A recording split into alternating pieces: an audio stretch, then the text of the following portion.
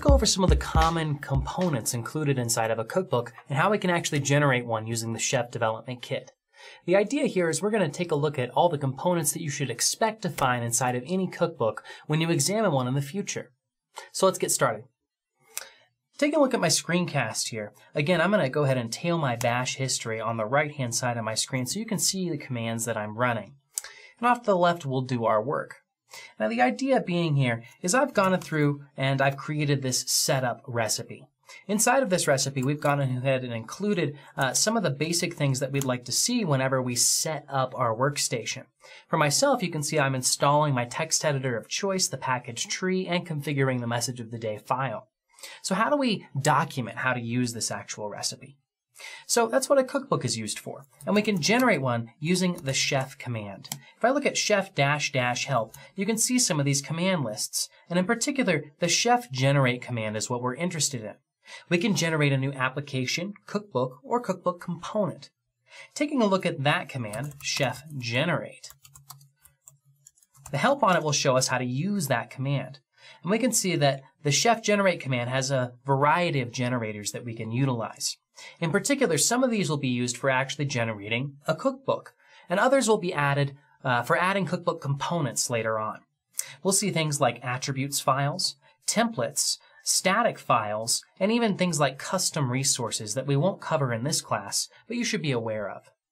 The idea being here is I would like to generate a new cookbook with the chef generate cookbook command. If you were to look at the usage on this particular command, it's going to state that you then need the name of the cookbook, which in this case is also the path to the cookbook I'd like to create. So, to house our cookbooks, let's go ahead and create a cookbooks directory to keep all of them in so we can stay organized. I'm going to make a new directory here, cookbooks, right here in my home directory. Remember, we're looking in local mode right now. That's what we're working in. But in the future, we'll be getting these cookbooks from a chef server. If we're going to store our cookbooks on a node and not use a chef server, the chef client will be looking for a cookbooks directory where your cookbooks are kept. So we'll place our cookbooks we'll generate inside of here. In particular, I'm looking for a cookbook to store my setup recipe. If you remember our definition of a cookbook should define a particular scenario and contain the components needed to support that scenario. So let's run the chef generate command and look at generating a cookbook that supports the setup scenario. We'll call that scenario workstation. I'm going to place this in my cookbooks directory, and the name of the cookbook is workstation.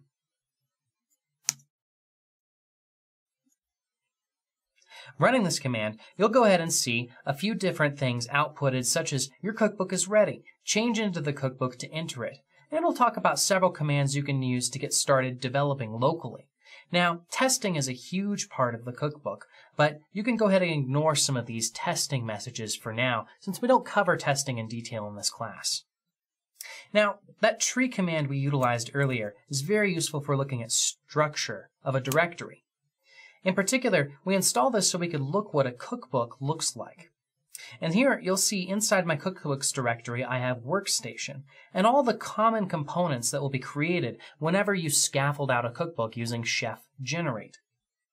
In particular, you'll see some of these most important components, and then you'll see a few directories.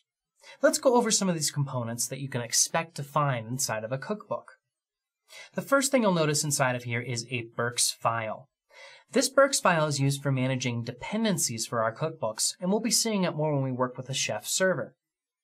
Speaking of a chef server, we have a chef ignore file, very similar to the git ignore file if you're aware of how that works.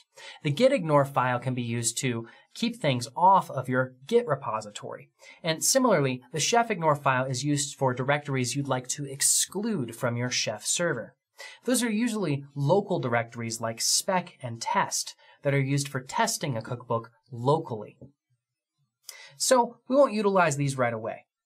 In particular, the most common things you'll want to take a look at are the metadata file, the README, and the recipes that are included with that cookbook.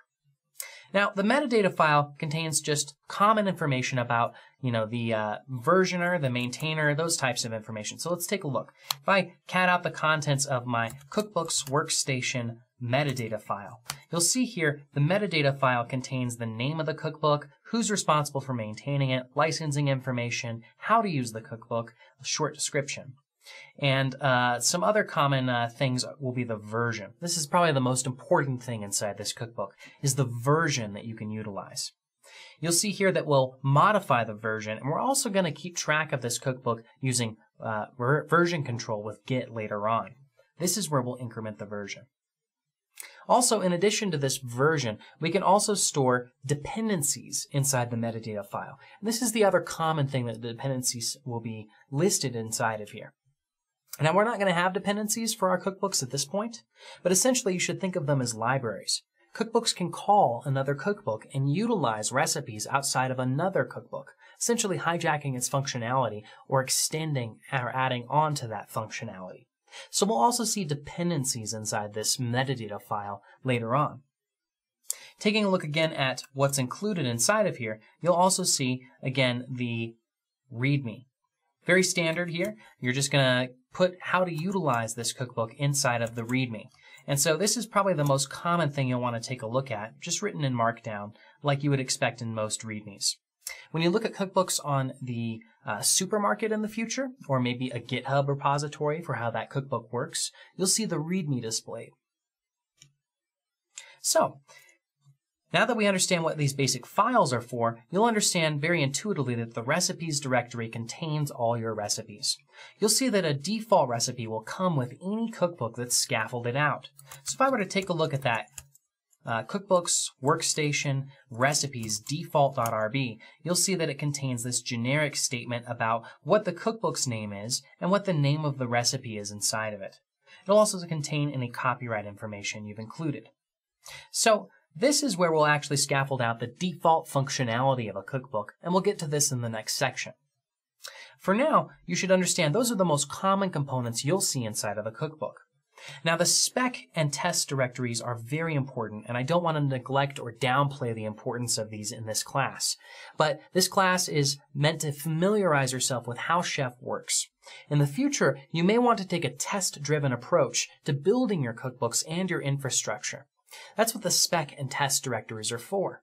Spec is for unit testing your cookbooks using a common unit testing framework called RSpec for Ruby.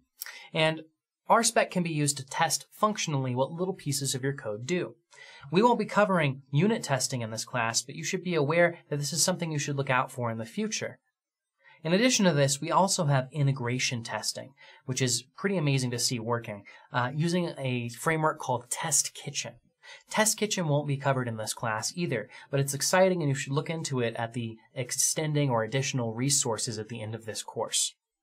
So, you'll see these directories included when you scaffold out a cookbook, but you won't likely see them in a README whenever you upload this cookbook onto the supermarket or GitHub. These are common directories to include in your Chef Ignore file, for instance. Well, that pretty much summarizes the basic components that you'll find inside of a cookbook.